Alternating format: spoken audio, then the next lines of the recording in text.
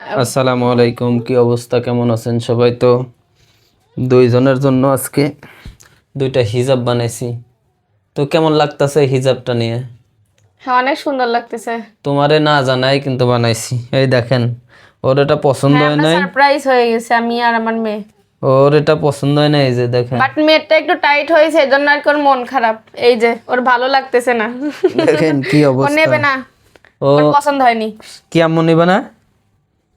এটা তো সুন্দর লাগতেছে তোমার, দেখো সুন্দরই তো লাগতেছে।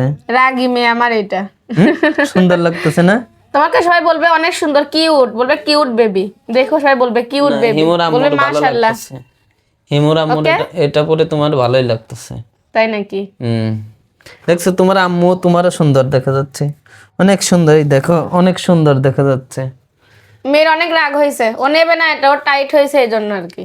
তো আশা করি সবাই ভালো থাকবেন, আর ভিডিওটা কেমন লাগলো সবাই অবশ্যই কমেন্টে জানায় যাবেন।